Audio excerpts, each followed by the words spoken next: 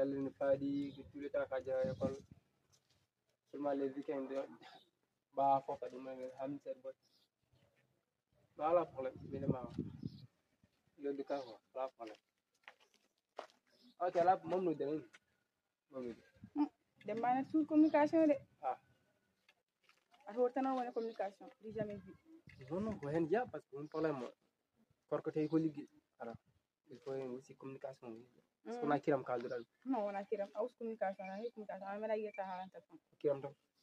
sino han ka kor han am do wasa wat ah ça dépend c'est on a de ça encore en fait jinno wi dem tan wonde jinna men be alandi abi kay haala wonde hakkunde meden jinno wi dem tan kalko mbay haal ene yo haaju min bon hen kambe de un kambe buddi du do kadi enen ken suha mbawta ko do takal men dum jinno wi dem en fait min horam dum hagilam di woni mi jam pour haalande comme si ket ko ana adi haaju bonani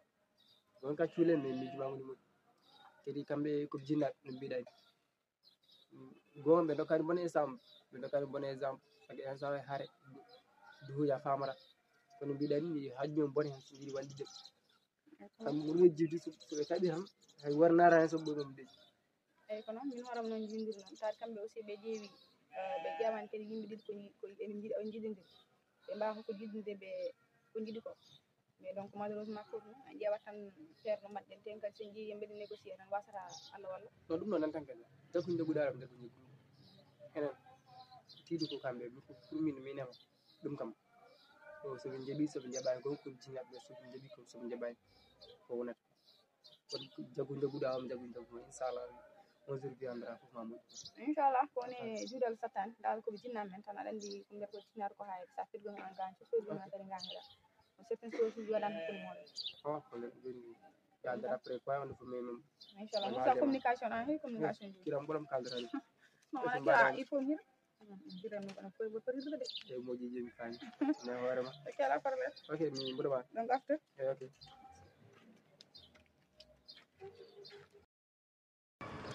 ah ay da taw ko jidi do tukala ko tan dama salgal ko dirni tan yetta hana ya rewni ha yettodo anande mimi hed ni kanko hed ni do balen min badax do anande dari kala fecci tay ni kala fecci ala workedi ala mi ko mina tuma mi suuf fecci ngam ni jini ni ber ndi o jiya dum ko mo indiri do bi yiwu gotal on mahani bu mahani jari ko ngi bu ala wa jeri bu ko mahani ko mahana wala kalis makko wala liggey makko jari mi kalmam ko gollalam no maccangal wirni gallo nit feccirte argera caadi ma no wayda ko ay min mi gadira yimo do wonde ya haala min no wiiri re walla no wadi joni min ko jabata min bila ko no badal assalamu alaykum ay gele amu ha dum do ko woni so wona min meto ko meto gallo feccata abo duñu gallo feccirek abo ko jibata afa buri won gallo feccirek hono gallo feccirde an ma fa jehu berde fa mahana do de ay hanma yata ko mahana do de arbat do de an wono nani même hado golle taw ko ni mi yeyi taw ko ni ya arbi ko bamni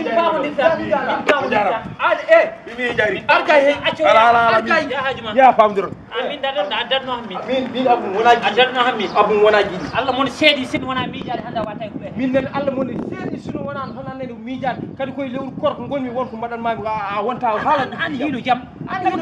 jaman an yiilu ko suturi an ma zigila ko gallo tam ko dembo mo jinnirda o legal fo nan yeedi mon fo ene kalmi ene ƴeewa no hordire jam ɗum ko kamɓe woji min waɗani mi abu gallo fecciraki o feccere gallo fecca kadi oɗo so natti ɗo e ngol an makko fof mi anna noon kay ene laaɓa mbimi anini ene laaɓa a zigilat ngel mami zigile ngelam goto men fof heɓat ngel mum zigila an mbawiɗa mahani galla mahanaɗo huɓere nde a ɗum nani yo ko demba so wonano Allah mum aɗa inniri ɗum ɓiɗɗo ko complot mbaduɗa mum yo aɗa innira ɗum ene fewna ma galle ala gonɗa so wonano Allah min to suwaɓe ko piyatma mayde lofma feccere ɗo ha ɗum ni min ko o ni waɗi nde mbimi yo no mbinomo yo waɗiri ni taw noon fecci pari gasi way o tampini kam bay wallahi won ko bijji on so wonano Allah korka ana majjani ana majjani amuna lelti aɗan ɗo jooɗi ɗum tawi leere mani wasarti ani rek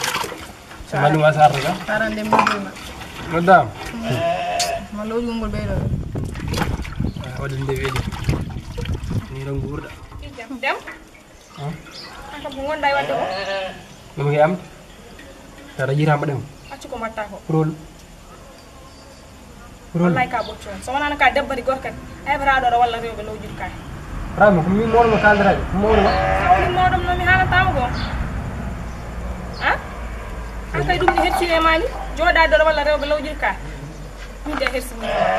min tawi ko mbaɗa hen an tawi eyyi moƴƴi on noddu nene téléphone mi haalan ɗum no gurda e galle ok mbaɗa waɗan noon guurɗa moƴƴi an oto teftowo woni ko bonnide ha maji oto teftowo neɗɗo wona galle tan wiite goto wallita ɗum ɗolum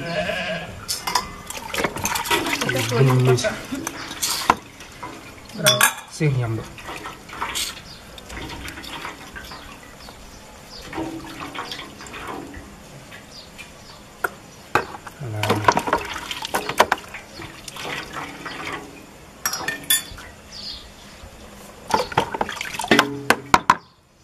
amnana wiyo haalde ma wawa hen